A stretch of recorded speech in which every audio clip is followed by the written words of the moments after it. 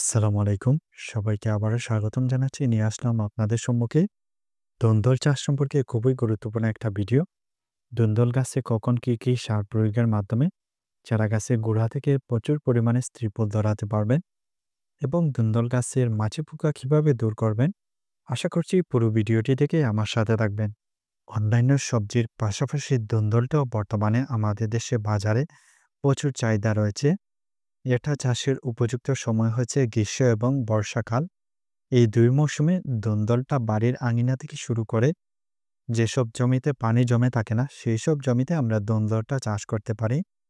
পূর্বের ভিডিওর মাধ্যমে দেখিয়ে দিয়েছিলাম কিভাবে ধুন্দলের বীজ বপন করবেন। চাইলে আপনারা সেই পরামর্শটা জেনে নিতে পারেন। তো আজকে যে বিষয়টা নিয়ে আলোচনা করব, অর্থাৎ চারা গাছের মধ্যে কোন রাসায়নিক সার প্রয়োগের মাধ্যমে ধুন্দল গাছে অধিক পরিমাণে ধুন্দল ধরাতে পারবেন। শুরুতে যে সারটা প্রয়োগ করছি সেটা হচ্ছে টিএসপি। যে সারের মধ্যে প্রচুর পরিমাণে ফসফরাস রয়েছে। এটা চারাগাছের শিকড় গজাতে এবং ফুল ফল আনতে এবং বীজের গুণাগুণ ঠিক রাখতে সাহায্য করবে। একেকটা মাদার জন্য আপনারা ১০০ গ্রাম এই টিএসপি সার প্রয়োগ করবেন। এভাবে রিং প্রস্তুতের মাধ্যমে সবকয়টা সার প্রয়োগ করতে হবে।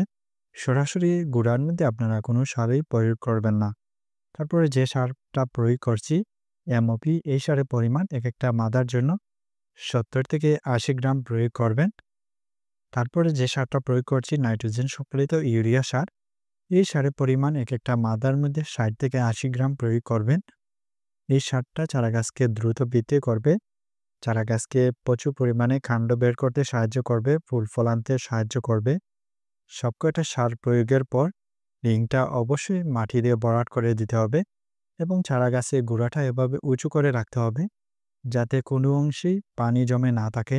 আমাদের দেশে ধুন্দলের বীজ বোনার উপযুক্ত সময় হচ্ছে মার্চ থেকে জুন মাস পর্যন্ত। যে কোনো সময় আপনারা ধুন্দলের বীজ বুনে দিতে পারেন।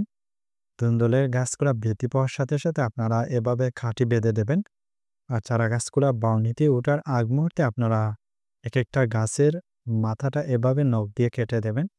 তারপর পরে যে শাখাগুলা বের হবে সেগুলোর মধ্যে এরকম স্ত্রী ফুলে ভরপুর হয়ে যাবে। বাজারে আপনারা বিভিন্ন কোম্পানির বিভিন্ন জাতের বীজ কিনতে পেয়ে যাবেন। তার মধ্যে আপনারা হাইব্রিড জাতের যদি বেছে নিতে পারেন, তাহলে এরকম প্রত্যেকটা থোকায় স্ত্রী ফুলে ভরপুর হয়ে যাবে। ধুন্দলটা চাষের জন্য আমরা উর্বর দোআঁশ এবং বেলে দোআঁশ মাটি বেছে নেব এবং যেসব জমিতে পানি জমে থাকে না সেই সব জমি বেছে নেব।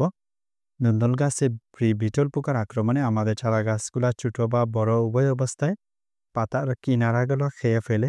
আপনারা এই বিটল পোকা জমি থেকে দূর করতে নাইট্রো, টাফগড়, জিপার, একতারা যেকোনো একটা কীটনাশক এনে চারা গাছের মধ্যে স্প্রে করে দিতে পারেন। দেখবেন কিছুদিনের মধ্যেই এই পোকাগুলা দূর হয়ে যাবে। অথবা কেরোসিন মিশ্রিত ছাই আপনারা চারা গাছের মধ্যে ছিটিয়ে দিতে পারেন। ধুন্দল গাছের অন্যতম একটা সমস্যা হচ্ছে ফল পচে যাওয়ার সমস্যা।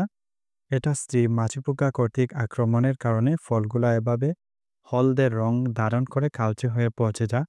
তো আপনারা জমি থেকে এই স্ত্রী মাছি পোকাগুলা কিভাবে দূর করবেন? এই মাছি পোকাগুলা প্রথমে কচি ফলের মধ্যে ডিম পাড়ে, আর ডিম থেকে ক্ষীরা বের হয়। আস্তে আস্তে ফলগুলা এরকম হলদে বা কালচে রং ধারণ করে ফলগুলা পচে যায়। প্রাথমিক অবস্থায় আক্রান্ত ফলগুলা জমি থেকে তুলে ফেলতে হবে এবং দেখা মাত্রই এইসব মাছি পোকাগুলা দমন করতে হবে। মাছি পোকাগুলা জমি থেকে দূর করতে আমি যে প্রথম ধাপটা অবলম্বন করি সেটা হচ্ছে ফেরোমন ফাঁদ। জমিতে ফেরোমন ফাঁদ টানিয়ে দেওয়ার মাধ্যমে মাছি পোকাগুলা দূর করতে পারবেন। এরকম জ্বালানাযুক্ত বয়ামের মধ্যে ফাঁদগুলা টানিয়ে দিতে হবে।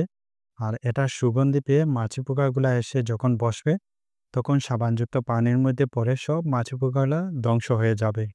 এছাড়া রাসায়নিক কীটনাশক যেমন সুমি আলফা অথবা সাইফারমেথিন গ্রুপের রিপকোড, রেলোথ্রিন, কড প্রতি লিটার পানিতে ১ মিলি হারে আপনারা সপ্তাহে ২ বার স্প্রে করে দেবেন। দেখবেন জমি থেকে সব মাছি পোকাগুলা ধ্বংস হয়ে যাবে। তো আপনারা অবশ্যই এই সকল পরিচর্যার মাধ্যমে ধুন্দল গাছে অধিক পরিমাণে ফলন ধরাতে পারেন।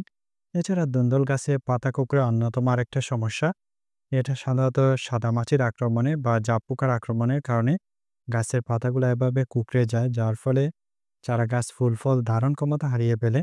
এর জন্য আপনারা ইমিডাক্লোপ্রিড জাতীয় কীটনাশক অ্যাডমায়ার, টিডু অথবা ইমিটাফ এরকম যেকোনো একটা কীটনাশক আপনারা চারা গাছের মধ্যে স্প্রে করে দেবেন। দেখবেন পাতা কুঁকড়ার সমস্যা দূর হয়ে যাবে। তো বন্ধুরা, আপনারা হাইব্রিড জাতের ধুন্দল জমিতে চাষ করুন আর এরকম ফলন ধরান।